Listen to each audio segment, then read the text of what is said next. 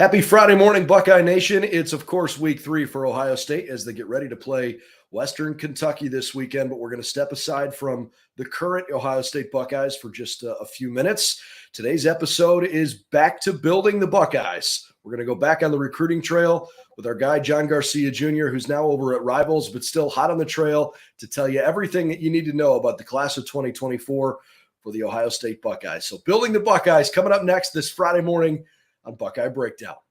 We've got the whole crew together as we cover Ohio State with our instant analysis from Ohio State. There's something that doesn't feel right. Unbelievable effort from him today. Is E.J. Liddell going to crack the first team All-Big Ten? I think he can be the guy. I'm not trying to start a quarterback controversy. He seems to have the durability. He certainly has the toughness. This is the question on a lot of people's minds here. Welcome to Buckeye Breakdown.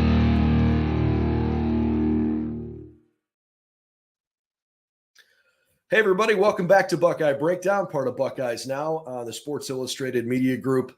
Glad to have you here this morning as we are just over 24 hours away from Ohio State kicking off week 3 against Western Kentucky tomorrow afternoon in the Shoe.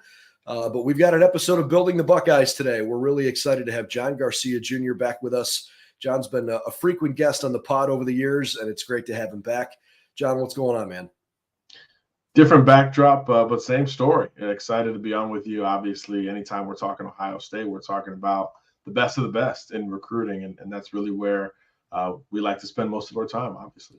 For those of you that are watching live at home, that's cool, and we appreciate that. John referring to his new backdrop at Rivals. He's got a new business card these days, but he's still doing the same great work and still a great source of information, so we're glad to have him on. For all the latest news and info on Ohio State, you can certainly check out buckeyesnow.com, and we'd appreciate it if you subscribe to the YouTube channel. We do content like this every single day. Want to give you all the latest on the Bucs. All right, John, I guess probably the guy to start with is Jeremiah Smith, only because he's probably at the top of this class in terms of overall interest. Obviously plays a position where it seems like it's become this wide receiver factory. He seems to be the next in line. What's the latest you're hearing or seeing with Jeremiah? Well, first of all, the latest we're seeing is record numbers. I mean, he had a 300-yard game against an out-of-state team the other day, and it was just the quintessential Jeremiah Smith show. It was like every route in the route tree was pressed and satisfied with the quarterback. I mean, he hit go routes. He worked well underneath. At 6'3", 210 pounds, he was able to go down and get the football on the turf. He played the sideline game, just kind of the entire package on display last Friday for Chaminade Madonna, one of the top teams in high school football. And that's why everything he does has become such a lightning rod recruiting topic because, of course, longtime commitment to the Ohio State University, and naturally every school closer to home trying to keep him there, whether you talk Miami, Florida, or Florida State. And I think what makes this so interesting is that Jeremiah, I guess, contrary to a lot of recruits, has kind of laid out this plan from the beginning. He said, look, I'm committed to Ohio State. If Brian Hartline is there and Ryan Day is there, I'm probably going to be there, like pretty much no matter what. But college football is crazy. The coaching carousel is crazy. If something does happen, I've got to do some due diligence. And he's certainly done that part. And he's basically gotten to the point now where it's, I'm going to Ohio State or I'm going to stay in the state of Florida. So Miami, Florida, and Florida State all feel like they have some chance, whether it's a punter's chance or more. They feel increasingly confident that they've got, something to play for with Jeremiah Smith. And when he's the number one skill player in the country, you've got to recruit him anyway. If you're Mario Cristobal, he's right in your backyard. If you're Billy Napier, he's a sign of this is going to help us turn things around. And if you're Mike Norvell, he's a sign of let's keep this thing rolling at Florida State. And Jeremiah has received those messages in a similar light. I think with Miami, it's personal. It's the local school. He's got some teammates committed there. At Florida, he's really close to DJ Lagway, the quarterback commitment headed to Gainesville. So I think that structure is something he likes. And obviously SEC football sells itself. And I think with Florida State, it's about I can be the next. I can kind of maintain this trajectory that FSU is on. But none of that compares to Ohio State. He says it all the time. He's reiterated it, 100 times in the last 6 months, because every local site is asking about the other schools more so than Ohio State. And he's just like, look, it's first round you, it's wide receiver you. I want to be the next great one there at Ohio State. And you see him make visits to Columbus, and he's standing next to Marvin Harrison Jr., and he's like the same size, if not a little bigger. So you start to see how easy that transition might be for Jeremiah. So I think the ball is still very much in Ohio State's court. It's not over till it's over, until the carousel dust settles, all of that. But again, that's been laid out by Jeremiah from the beginning. And he'll be back in Columbus this weekend. So that's always good to reiterate and reaffirm that verbal commitment status. So fascinating recruitment, but an even better player and person. Very business-like approach from Jeremiah, which to me, it almost helps him double down on Ohio State. He's a business-like kid. I want to go 3 years. I want to go in the first round. I want to do it this way strategically. And that's really the identity of Ohio State offensively over the last, it's becoming like almost the last decade at this point. I don't want to put you too on the spot, but who does he remind you of? Especially if it could be a comp, to one of Ohio State's previous receivers. Is it a Garrett Wilson type guy? Is it a Chris Olave type guy? I mean, where go back as far as you'd like with Ohio State. Who does Jeremiah remind you of? Yeah, I think physically when he lines up on the outside, you'll probably get more Michael Thomas vibes just from the height, the weight, again, 6'3", 210. But I think once he actually gets going, you see the polish, the route construction. It's it's lofty, but it's going to push you a little bit more towards the Marvin Harrison conversation. I mean, he's got that type of juice. He's got that type of catch radius, body control, all of the things that make you strong in the margins, good to great, great to elite, whatever it is. He's got all of that in spades, and he's already physically about where he needs to be from a height and weight standpoint at the collegiate or even the pro level one day. Down here in South Florida, Julio Jones has been kind of the long-term comparison. And obviously, again, just like Marvin, that's incredibly lofty in any sense. But I get a little bit more Calvin Johnson with him. There's one coach that I'm close with who competes against Jeremiah every year. And he says when he flips a switch, he turns into Megatron. He's got this edge and competitiveness about him that when you you get into him a little bit, he goes harder and just works harder. And then it's really this unstoppable force. But obviously, Marvin, Julio, Calvin, any of those names, even Michael Thomas, I think would satisfy Buckeye Nation and wherever, a Sunday team begins to scout him at. Not sure if you've had a chance to see Mylon Graham very much. Obviously, he's another extremely highly rated kid at wide receiver. And I almost wonder if he is underappreciated a little by Ohio State fans simply because he's in the shadow of what Jeremiah Smith is projected to be. How much should Mylon Graham, be appreciated? Because it sure feels like Ohio State's got more than just one guy coming in that could be a huge, huge addition. Right. And we've seen Ohio State work well with that, right? I mean, we talk about all these great groups that they've had just as much as we talk about the great individual performers. And look, I saw Mylon this summer at the Elite 11. He was catching passes for these great quarterbacks, including Air Noland, the Buckeye commitment. And man, I was super impressed. Jeremiah was there as well. So the thought of them together just started, making a lot of folks draw comparisons. Is this Wilson Olave? Is this Smith and Jigba and then someone else? I mean, Mylon in his own right, 6'1", 6'2", broad shoulders, kind of that basketball build, but he's got his own set of polish. I think he's twitchy, maybe a little twitchier than Jeremiah, but my main takeaway was his own level of polish from a route running and a hands perspective. He was there at every single step. So I think you're getting a couple of receivers, kind of like last cycle with Carnell Tate, Brandon Ennis, and that group. You're getting a couple of guys who look the part from a height and weight standpoint, but in terms of the intricacies, they're right there as well. So it really is an embarrassment of riches because in any other class in the country, Mylon Graham would be not only the positional headliner, but maybe the overall headliner for a recruiting class as a blue chipper, borderline 5-star for us at Rivals. John Garcia Jr., our guest over at Rivals now and doing a great job on the national recruiting scene. John, you mentioned Air Noland's name, and obviously, there's a lot of talk around Ohio State fanhood right now around quarterback because finally Ryan Day has named Kyle McCord the guy.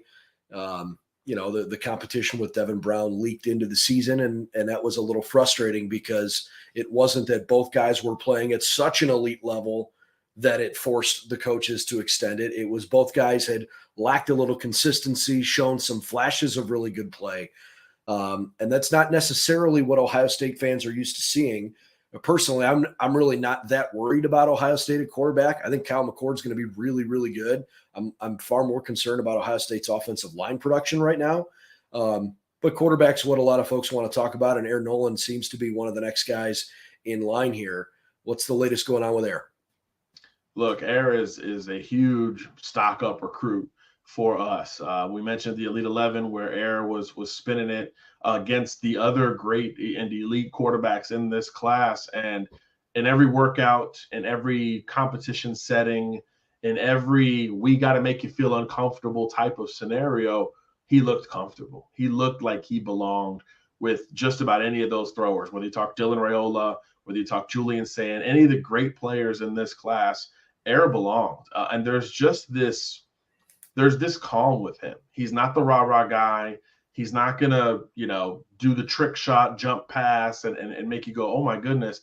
But when it comes to accuracy, decision-making, timing, anticipation, the mechanics of delivering the football, it's consistent and it's elite every single time. So he's a lefty, and I think that's going to be, quite interesting to see going forward. But as the NFL and college ball showing us Tua Tagovailoa, Michael Penix at the collegiate level, the lefties are making a comeback in this quarterback conversation. So I think Air Noland is one of the best we've scouted. Naturally, I go back to Tua in high school because he's really the only elite lefty that I remember scouting. And I think Tua was known for more of the intermediate game, kind of what he's known for now, the intermediate game and that quick release and the quick processing. I think Air has that on a bigger build, 6'2", over 200 pounds, but he's just as quick with that release and just as smooth with it. You almost forget he's a lefty, which is, to me, a huge compliment to Air Noland's game. And look, where it counts most in the evaluation game, Friday nights, he's a beast. I know a lot of Buckeye fans saw him open up his senior season on ESPN with a big win and a late game throw against the grain to win against Carrollton High School. But you go to last year. I mean, you're talking state championship, 15-0, over 4,000 yards, nearly 60 touchdowns. I mean, he is as productive as any quarterback that has gone to Ohio State. And he's playing in Atlanta. I mean, he's playing truly elite competition. So I know, I guess perception says, well, you had Dylan Raiola and now you pivoted to Air Noland because Raiola defected. But again, head to head, they belong right next to each other. And in some cases, Air Noland looked more consistent, more accurate, more comfortable than Dylan Raiola, though Dylan has a bit of a bigger arm and obviously more eyeballs and reputation around his game. So that'll be fascinating. I think we'll track both of these guys together the rest of the way. But Air Noland's going to come in and try to shake things up at Ohio State. And he's got this demeanor and calm about him, a maturity, if you will, that I think is going to allow him to contend as an underclassman. Glad you brought up Dylan's name. There's a lot of people, too, right now talking about Quinn Ewers because Quinn's playing out of his mind really, really well. And obviously Texas beats Alabama. That has created some shockwaves around the sport. And I think the combination of, Dylan backs out of a commitment and Quinn comes and then leaves, combined with where Ohio State entered the season here, not publicly sure, is it Kyle, is it Devin?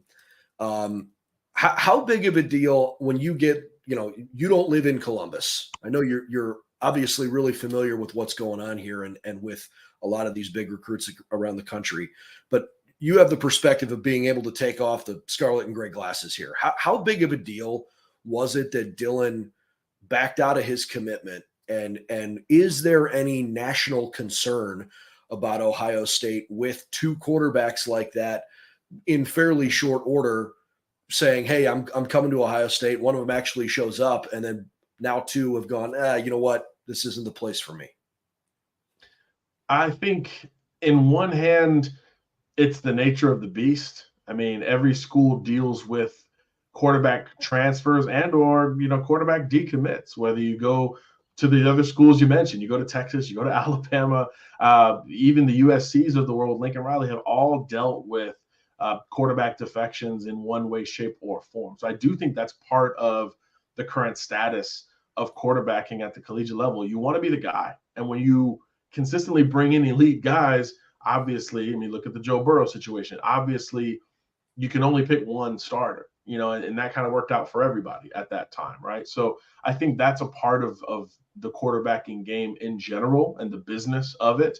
But on the other hand, I remember when Raiola decommitted, I made some calls. Hey, did something happen? Was there anything like that he didn't like about Ohio State? Did somebody rub him the wrong way? This is a kid with NFL bloodlines. He's got resources. He's lived all over the country. Did something happen here from Ohio State's standpoint?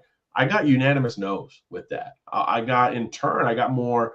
Ohio State was just as surprised as everybody else. So I think this was a little bit more Dylan Raiola led than Ohio State led in terms of that departure. With Quinn, look, Texas kid. He really, he skipped a year of high school. He really threw his own wrench into the end of his high school career, and it forced him to make some decisions that he thought were going to be best for him long term, and it didn't turn out to be the case. So I think that was a more unique situation than a Dylan Raiola. But I don't think the perception of Ohio State quarterback, room building, if you will, I don't think that has taken a hit. I mean, look, you just had a kid go number 2 in the draft or whatever it was. Yeah, sure. CJ Stroud, and he's starting as a rookie in the NFL. So I don't think in that little time you could take a big enough perceptional hit to where high school quarterbacks now say that Ohio State offer doesn't mean as much as it used to. We're very far from that. I think it's a little bit more coincidental from a timing perspective of Quinn leaving and obviously this back and forth between McCord and Brown. But I think all that dust is going to settle now, and Air Noland coming in as a 5-star guy on Rivals.com. All of that is going to resettle that part of the conversation. And like you said, McCord's probably going to figure it out and probably have a pretty big year in 23. Yeah, I'm glad you said that, because sometimes perception is reality, and I don't think anybody at Ohio State is willing to actually think and say out loud that they don't believe in Ryan Day's ability to develop a quarterback. That's just ridiculous. His track record is, I think, better than anybody else's in the last decade. But when you get outside of Columbus, I just wonder if that was always the case from a perception standpoint. Is there anybody in the 2024 class that you really like that maybe hasn't gotten enough pub?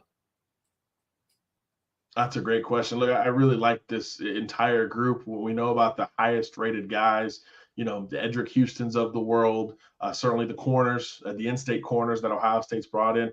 I like this running back group.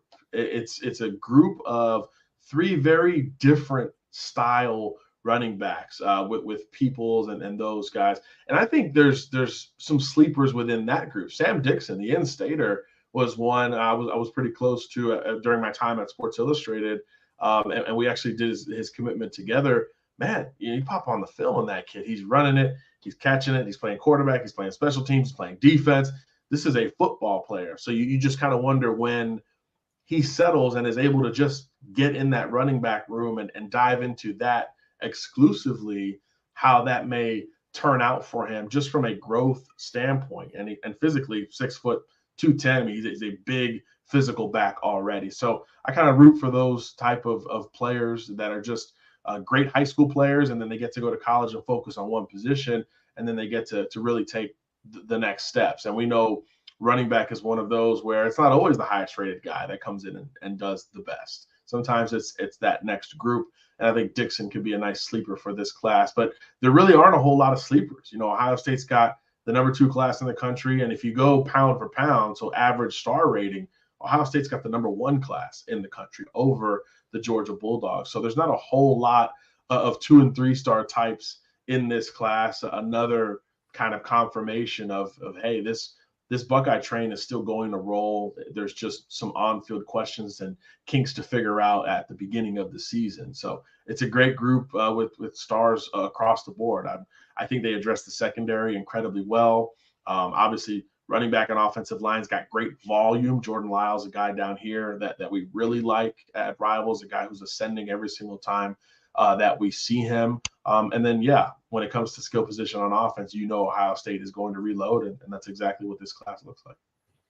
Can't wait to see how these guys all shake out when they get to Columbus here in the next sometimes 5 months for guys or 6 months that are guys are going to early enroll, and then certainly next summer for the remainder of the group. John, where can we find your work?